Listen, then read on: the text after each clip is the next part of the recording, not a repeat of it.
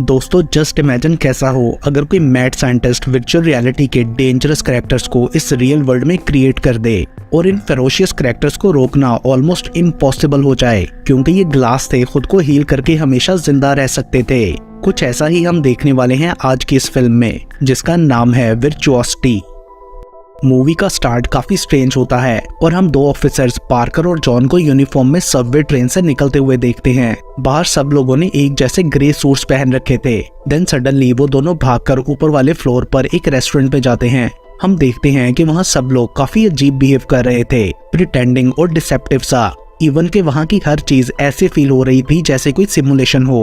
उन दोनों ऑफिसर्स ने रेस्टोरेंट के अंदर एक क्रिमिनल सिड 6.7 को ट्रैक करना था। SID means sadistic, intelligent and dangerous, जो कि अब तक के सभी सीरियल किलर्स का मिक्सचर था।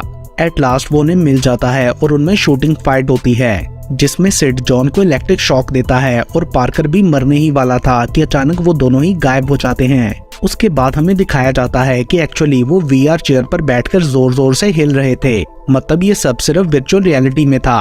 उन दोनों को बाहर निकाला जाता है, मगर तब तक जॉन की डेथ हो गई थी।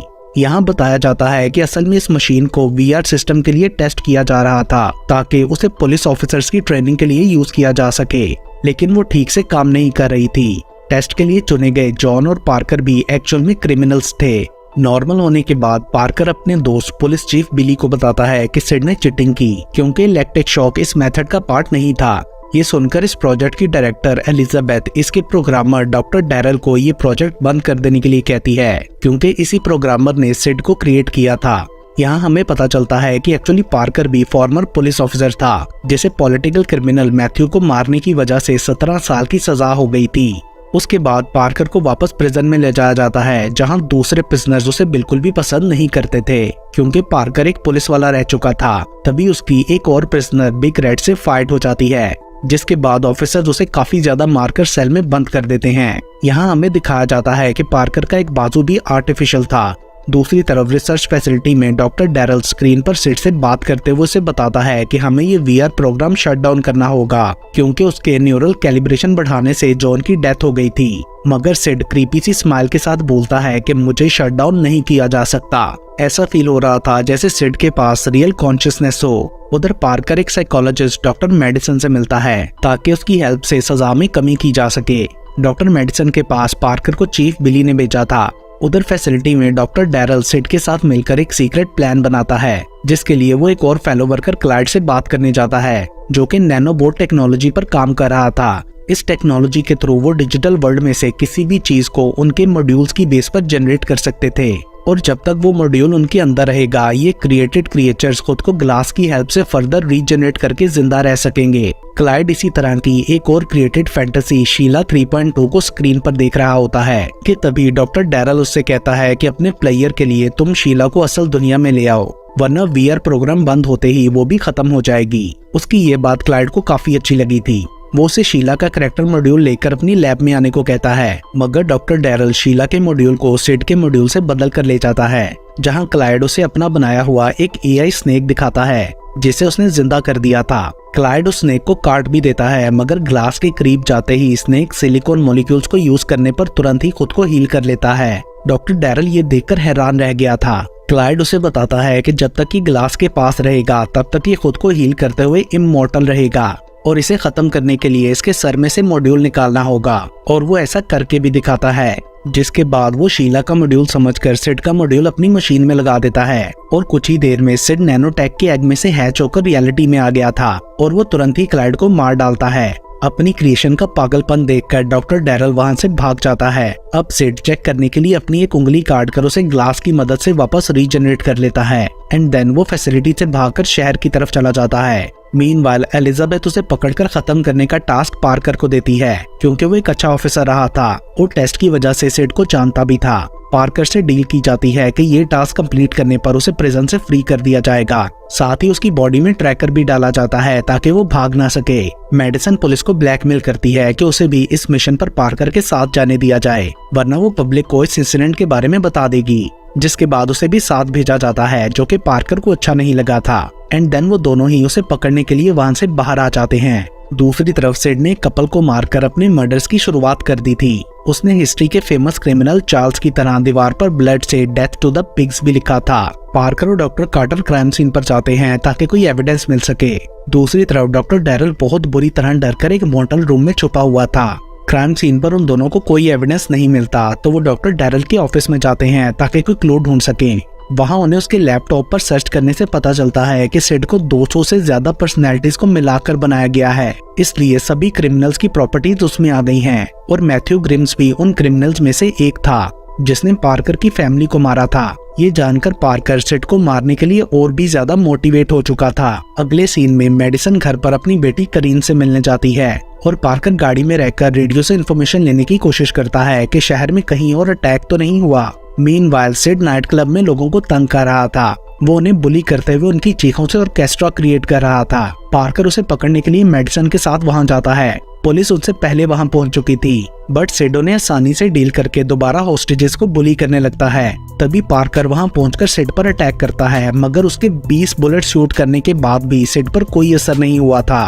वो क्लब से निकलकर एक पुलिस कार में वहां से भाग जाता है। पार्कर और मेडिसन भी अपनी गाड़ी में उसका पीछा करते हैं। रास्ते में सिड रेडियो पर उनसे बात करके पार्कर को टॉन्ट करता है। उसने कांच खाकर अपने घाव भी ठीक कर लिए थे और आगे एक ब्रिज तक पहुंचकर सिड वहां से जंप करके भाग जाता है। पार्कर का मानना था कि सिड के अंदर सबसे डोमिनेंट पर्सनैलिटी मैथ्यू ग्रिम्स की है, क्योंकि वो भी उसे ऐसे ही टॉन्ट किया करता था। वो पुलिस को वार्न करता है कि मैथ्यू की तरह सिड भी अटेंशन के लिए ऐसी जगहों को अटैक करेगा जहां ज्यादा लोग और मीडिया कवरेज हो। दूसरी तरफ सिड अब मार्केट में था, जहां टीवी पर उसी नाइट क्लब रेसिडेंट की न्यूज चल रही थी। तभी एक लड़का चैनल बदलकर पास के स्टेडियम में चलने वाला रेसलिंग मैच देखने लगता है तो सिड उसे जान से मार डालता है। पास खड़ा एक आदमी ये सब अपने कैमरा में रिकॉर्ड कर रहा था, मगर सिड उसे कुछ नहीं कहता क्योंकि वो एक अटेंशन सीकर था। उसके बाद वो स्टेडियम में जाता है जहां बहुत सी पब्लिक थी और एक लड़की को हरास करते हुए उसके बॉयफ्रेंड को नीचे फेंक देता है। गार्ड ने उसे शूट किया था, मगर सिड नीचे रिंग में जंप कर देता है। उधर उसके पीछे जाने पर मार्केट में स्टेडियम की वीडियो देखकर पार्कर समझ जाता है कि सिड जरूर वहीं गया होगा, मगर पार्कर को स्टेडियम में देखते ही सिड वहां से भी भाग जाता है। अब की बार उसने ट्रेन पे चढ़कर एक लेडी को हॉस्टेज बना लिया था। वो उस पर गन पॉइंट करके पार्कर को वार्न करता है कि उसे शूट या चेस ना करे, मगर पार्कर फिर भी शूट कर देता है, जो कि उस लेडी को लगने से उसकी डेथ हो जाती है और इस जुर्म में पार्कर को पकड़कर जेल ले जाया जाता है। जिसके बाद पार्कर को अपने पास्ट के फ्लैशबैक्स आते हैं और हमें उसकी स्टोरी बताई जाती है। मैथ्यू एक पॉलिटिकल क्रिमिनल था जिसे पकड़ने का चार्ज पार्कर को दिया गया था और वो इसके काफी क्लोज भी था, बट उसे रोकने के लिए मैथ्यू ने उसकी बीवी और बेटी को किडनैप करके रूम के दरवाजे पर टिकिंग बॉम्ब लगा दिया था। एंड जब पार्कर उन्हें ढूंढकर बचाने गया तो दरवाजा खुलते ही बॉम्ब ब्लास्ट हो गया था, क्योंकि मैथ्यू ने वहां लेजर डिटेक्शन सेंसर लगा रखा था। इस इंसिडेंट में अपनी फैमिली के साथ साथ पार्कर ने अपना एक हाथ भी खो दिया था एंड देन बदले में उसने मैथ्यू और उसके साथियों को मार डाला। इस सब में पार्कर ने गलती से 2 न्यूज रिपोर्टर्स को भी मार डाला था और इसी वजह से उसे सजा मिली थी। उसके बाद मूवी प्रेजेंट टाइम में शिफ्ट होती है, जहां सिड पुलिस वालों को मारकर पार्कर के पास प्रिजन वैन में आ गया था। सिड उसे बताता है कि तुम्हारे ब्रेन में लगे ट्रैकर में एक जहर भरा है जिसे किसी भी टाइम सैटेलाइट के थ्रू रिलीज किया जा सकता है और इससे पहले कि एलिजाबेथ तुम्हें मारे तुम मुझे खत्म कर सकते हो तो कर दो। साथ ही वो पार्कर को फ्री करके वहां से भाग जाता है। जिसके बाद पार्कर मेडिसन को कॉल करके बताता है कि मैंने गार्ड्स को नहीं मारा। आगे से वो पूछती है कि तुम हो कहाँ, जिस पर पार्कर बोलता है कि मैं अपनी फैमिली के साथ हूँ। एंड देन वो ग्रेवयार्ड जाकर पॉइजन रिलीज के थ्रू अपनी डेथ का वेट करने लगता है, मगर तभी मेडिसन बिली को कॉल पर इस जहर के बारे में इन्फॉर्म करके बताती है कि ऑफिशियल्स उसे रिलीज करने वाले हैं, क्योंकि वो पार्कर को गार्ड्स का मर्डरर समझ रहे थे। जिसके बाद बिली तुरंत जाकर सिस्टम को डिस्ट्रॉय कर देता है ताकि वो पॉइजन रिलीज ना कर सके। उधर मेडिसन पार्कर को ढूंढने के लिए घर से निकल जाती है और तभी सिड वर्कर का ड्रेस पहनकर एक वैन में उसके घर के बाहर आता है। मेडिसन पार्कर के पास पहुंचती है तो उसे बताता है कि सिड की भूख बढ़ती जा रही है, उसे अब और ज्यादा बड़ी ऑडियंस की जरूरत है। पूरे देश में तबाही और क्योस फैल गया था। लोग बॉर्डर्स को बंद कर रहे थे ताकि पार्कर यूएसए से भाग ना सके।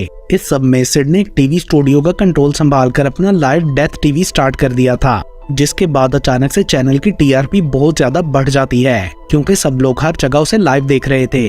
पार्कर और मेडिसन उसे रोकने के लिए वहां जाने लगते हैं कि तभी मेडिसन अपनी बेटी करीन को टीवी पर देखती है जिसे सिड ने किडनैप कर लिया था। पार्कर उसे प्रॉमिस करता है कि वो करीन को बचा लेगा। साथ ही वो उसे इस नेटवर्क के सब टेलीफोन लाइंस और ब्रॉडकास्ट बंद करने को कहता है। उधर सिड अपनी पब्लिसिटी को बढ़ाने के लिए लाइव टीवी पर एक बंदे को मारने वाला होता है कि तभी मेडिसन ब्रॉडकास्ट की लाइंस कट कर देती है। मेडिसन को डॉक्टर डैरल भी मिल चुका था, जिसे वो गन पॉइंट पर लेकर पकड़ लेती है। दूसरी तरफ बिल्डिंग में फोर्सेस पहुंचकर पार्कर को शूट करने लगती हैं, मगर वो किसी तरह बचकर 38 फ्लोर पर पहुंच जाता है जहां स्टूडियो था। और उधर लाइंस कटते ही सिड को गुस्सा आ जाता है क्योंकि उसे अटेंशन चाहिए थी। तभी पार्कर वहां पहुंचकर सिड को शूट करने लगता है। दोनों फाइट करते करते रूफ टॉप पर चले जाते हैं। सिड पर गोलियों का कोई असर नहीं हो रहा था और वो दोनों बेयर हैंडेड लड़ने लगते हैं, जिसमें सिड पार्कर को नीचे फेंकने की कोशिश करता है, मगर एक रस्सी से उलझकर दोनों ही नीचे लटक कर खिड़की से टकराते हैं। पार्कर को तो कुछ नहीं होता, मगर सिड बुरी तरह घायल हो गया था।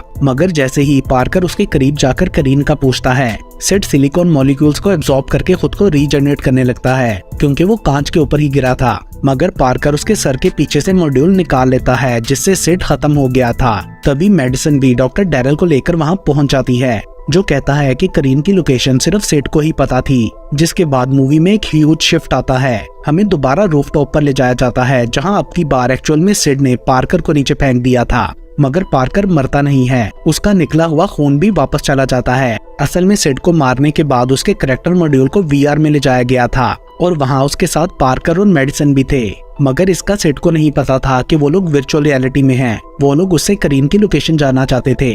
अब की बार डॉक्टर डैरल बिली के सामने वीआर को कंट्रोल करते हुए उन्हें हेल्प कर रहा था।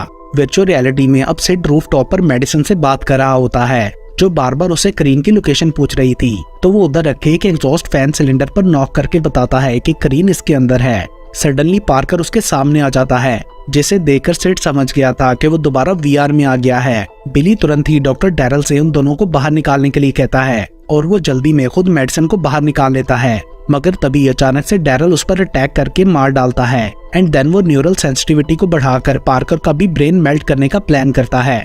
मगर तभी मेडिसन उसे शूट करके पार्कर को मशीन से डिस्कनेक्ट कर देती है और फिर वो दोनों ही कैरिन को रेस्क्यू करने जाते हैं। मगर जब मेडिसन सिलेंडर को खोलने लगती है तो पार्कर उसे रोक देता है क्योंकि उसे लगता है कि शायद ये कोई ट्रैप होगा। एंड देन वो अपने फेक बाजू से फैन को रोककर ऊपर से एंटर होता है। उधर सिड ने पार्कर के लिए एक वीडियो मैसेज भी डिस्प्ले किया था कि अगर कैरिन अपनी जगह से उठी तो बॉम्ब ब्लास्ट हो जाएगा, मगर पार्कर अपने फेक बाजू से वार निकालकर किसी तरह बॉम्ब को डिसफंक्शनल कर देता है एंड फाइनली उसने कैरिन को बचा लिया था। मेडिसन उससे मिलकर खुश हो जाती है। लास्ट सीन में पार्कर सिड के मॉड्यूल को नीचे फेंककर तोड़ देता है और इसके साथ ही ये मूवी यहीं पर खत्म हो जाती है।